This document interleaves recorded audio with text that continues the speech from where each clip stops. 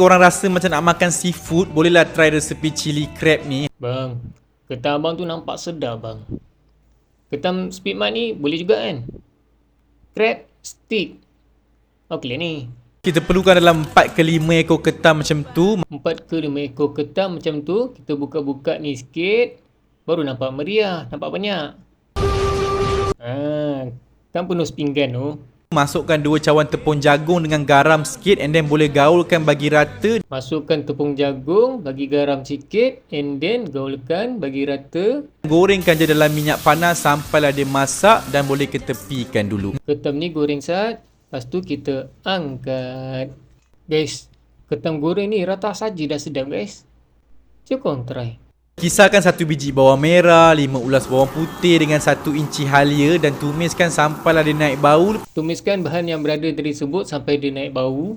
Lepas tu boleh masukkan dalam 2 sudu cili kisar dan tumis sampailah dia pecah minyak. Masukkan cili kisar. Lepas tu tumis sampai pecah minyak.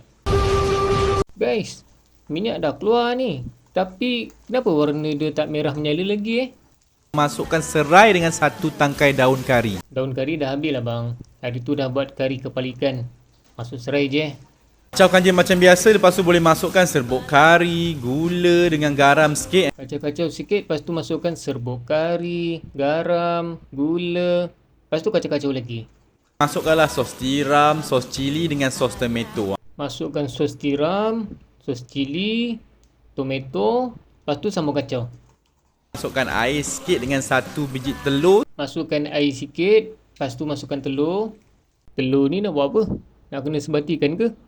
Ketam yang kita dah goreng tadi tu. Lepas tu kacaukan lagi sikit. Masukkan ketam yang dah goreng tadi. Gaul-gaul sikit. Siap. Chili crab stick. Jom kita cuba rasa. Sedap ke tak?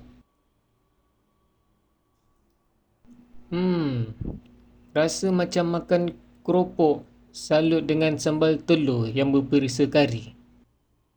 Kalau makan dengan nasi ni okey kot. Okey, itu je guys. Jumpa lagi.